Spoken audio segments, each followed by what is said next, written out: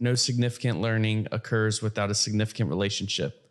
How does relationship or the human side factor into your own personal leadership philosophy and how you collaborate with others on your team? Well, I think that's at the core of kind of what I was referring a little bit to with manager as well. And I think any leader, including myself, which is always getting back to, it does not matter how much information you have. It does not matter how smart you are. It does not matter how good your process is or system is, that at the core and at the foundation, if you're leading people, you have got to connect first before anything matters, before any of that matters. So while we are obsessively focused to get the best information, to have the best process, to have the best equipment and tools and resources, none of that matters if we're not foundational in the relationship first.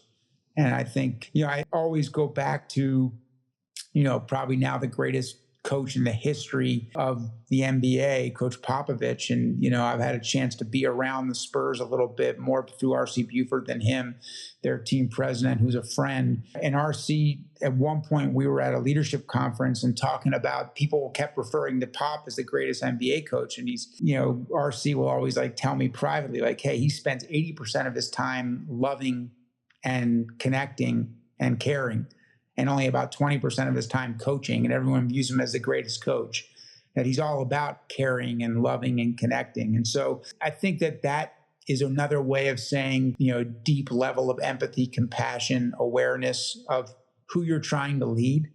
And it's got to be authentic.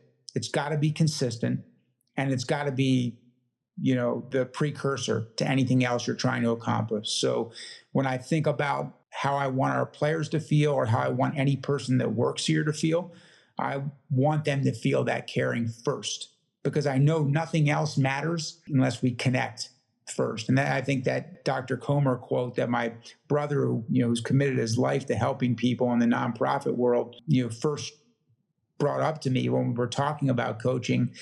Teaching is a lot like coaching. It really is. I mean, the same attributes and characteristics and traits that make elite teachers. And when I think about coaching, I'm often reading education material because it's been a lot more systematically studied than coaching has been studied. So how that Comer quote, fits in, that's why it's on the whiteboard in my office. And while some things will get erased and replaced, that one's never going anywhere. Thanks for listening to today's episode. If you could please rate, review, and subscribe to our podcast, we greatly appreciate it. And we'll see you in the next episode.